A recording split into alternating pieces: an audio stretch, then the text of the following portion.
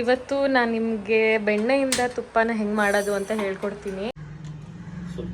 Already ಬೆಣ್ಣೆ ಇಟ್ಕೊಂಡಿದ್ದಾರೆ, ಬೆಣ್ಣೆ ಫುಲ್ಲು ಕರ್ಗಿ ಕುದೀತಿದೆ. ಈಗ ಬೆಣ್ಣೆ ಸೋಂಡ್ ಬತ್ತಾದೆ, ಇದು ನಿಂತೋಗೋ ತನಕ ಕುದಿಸ್ಬೇಕು. ಈಗ ನಿಂತೋದ್ಮೇಲೆ ನಾವು ಪುಡಿ ಅದ ಮಾಡ್ಕೊಂಡಿರ್ತೀವಿ, ಪುಡಿ ಹಾಕ್ಬೇಕು. ಸೊ ಪುಡಿ ಹೆಂಗ್ ಮಾಡೋದು ಅಂತ ಇವಾಗ ತೋರಿಸ್ತೀವಿ. ಅಂಡ್ ಈ ಸೌಂಡ್ ನಿಂತೋಗೋ ತನಕ ಏನಕ್ಕೆ ಇದು ಮಾಡಬೇಕು ಅಮ್ಮಮ್ಮ?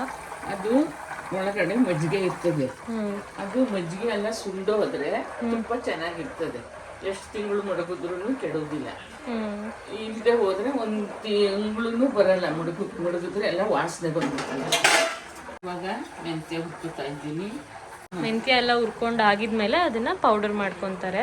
ಇದನ್ನ ಮೆಂತ್ಯನ ಈ ತರ ಪುಡಿ ಮಾಡ್ಕೋಬೇಕು. ಸೊ ಕಂಪ್ಲೀಟ್ ಪೌಡರ್ ಮಾಡ್ಕೊಬೇಕು. ನೀವು ಬೇಕಿದ್ರೆ ನೀವು ಮಿಕ್ಸಿಲಿ ರುಬ್ಕೋಬಹುದು. ಅಕಸ್ಮಾತ್ ನಿಮ್ಗೆ ಮಿಕ್ಸಿಲಿ ರುಬ್ಬಕ್ಕೆ ಇಷ್ಟ ಇಲ್ಲ ಅಂದ್ರೆ ಈ ತರ ನೀವು ಕುಟ್ಟಿ ಪುಡಿ ಮಾಡ್ಕೊಬಹುದು.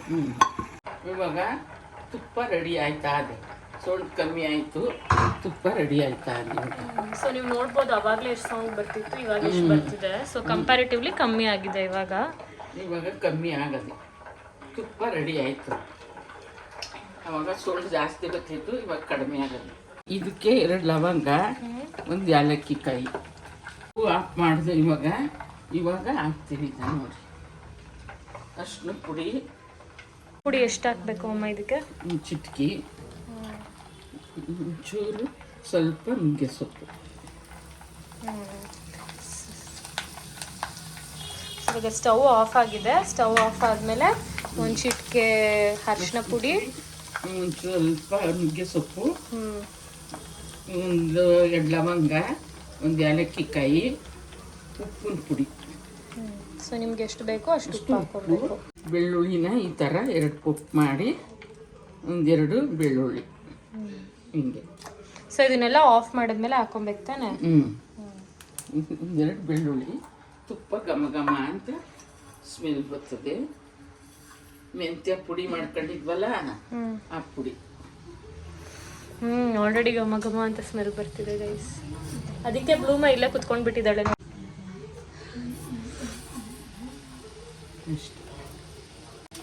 ಅಷ್ಟೇನಾ?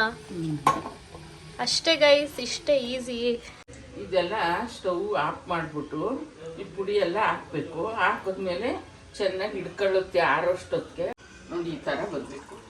ಇವಾಗ ಇದೆಲ್ಲ ಏನಿದೆ ಇದೆಲ್ಲ ಹಿಂಗೆ ಇರುತ್ತಾ ಅಥವಾ ಕರಗುತ್ತೆ? ಇದು ಕರಗಲ್ಲ.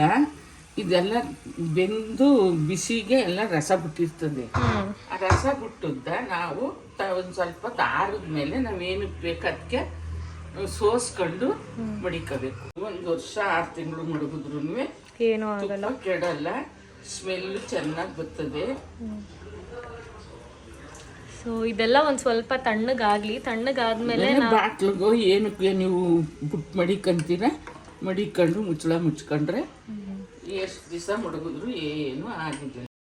ಸೊ ಇವಾಗ ಇದಾರದ್ಮೇಲೆ ನಾವು ಹೆಂಗೆ ಎತ್ತಿ ಪ್ರಿಸರ್ವ್ ಮಾಡ್ತೀವಿ ನಮ್ಮ ಮನೇಲಿ ಅಂತ ನಾನು ನಿಮ್ಮೆಲ್ರಿಗೂ ತೋರಿಸ್ತೀನಿ.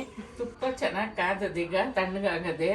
ನುಗ್ಗೆ ಸೊಪ್ಪು ಹಾಕಿರೋದು ಏನಕ್ಕೆ ಅಂದ್ರೆ ಮಕ್ಕಳು ತಿಂದ್ರೆ ಕೋಲ್ಡ್ ಆಗುದಿಲ್ಲ ತುಪ್ಪ, ಅದರಿಂದ ನುಗ್ಗೆ ಸೊಪ್ಪು ಹಾಕಿರೋದು. ಇದಕ್ಕೊಂದು ಸ್ವಲ್ಪ ಬಿಟ್ಬಿಟ್ಟು ತುಪ್ಪ ಆಲ್ರೆಡಿ ಇದ್ದಿದ್ದ ಬಟ್ಲಿಗೆ ಇನ್ನೊಂದು ಸ್ವಲ್ಪ ಹಾಕ್ತಿದೀವಿ ಅಷ್ಟೇ. ಹಿಂಗೆ ಪ್ರಿಸರ್ವ್ ಮಾಡೋದು ತುಪ್ಪನ. ಎಲ್ಲ ನಾವು ಹಾಕಿದ್ದು ಪೌಡ್ರು ಎಲ್ಲ ಇಲ್ಲಿದೆ. ಇದಕ್ಕೆ ಸ್ವಲ್ಪ ಮೆಣಸಿನ ಪುಡಿ ಹಾಕೊಂಡು, ಕಾಳು ಮೆಣಸಿನ ಪುಡಿ, ಕರಿ ಮೆಣಸಿನ ಪುಡಿ ಹಾಕಿದ್ರೆ ಸೂಪರ್ ಆಗಿ ಆಯ್ತದೆ. ಅನ್ನಕ್ಕೆ ಹಾಕೊಂಡು ಬಿಸಿ ಅನ್ನಕ್ಕೆ ಮಿತ್ಕೊಂಡು ತಿಂದ್ರೆ ಸೂಪರ್ ಆಗಿರ್ತದೆ. ಎಸ್, ಅಂಡ್ ಹೆಲ್ತ್ಗೂ ಕೂಡ ತುಂಬಾ ಒಳ್ಳೇದು ಅಮ್ಮಮ್ಮ. ಸೊ ಇವಾಗ ಹೆಂಗೆ ತುಪ್ಪ ಮಾಡೋದನ್ನ ಇಷ್ಟು ಈಸಿಯಾಗಿ ಹೇಳ್ಕೊಟ್ಟೆ, ಅದೇ ತರ ಇನ್ನ ಒಂದಷ್ಟು ಚೆನ್ನಾಗಿ ಅಡುಗೆಗಳು ತಿಂಡಿಗಳೆಲ್ಲ ಮಾಡೋದು ಹೇಳ್ಕೊಡ್ತೀಯಾ ಯೂಟ್ಯೂಬ್ ಚಾನಲ್ಗೆ? ಹೇಳ್ಕೊಡ್ತೀನಿ. ಮುಂದಿನ ವಿಡಿಯೋದಲ್ಲಿ ಸಿಗೋಣ. ಲೈಕ್ ಮಾಡಿ, ಶೇರ್ ಮಾಡಿ, ಸಬ್ಸ್ಕ್ರೈಬ್ ಮಾಡಿ. Thank you. ಬೆಸ್ಟ್.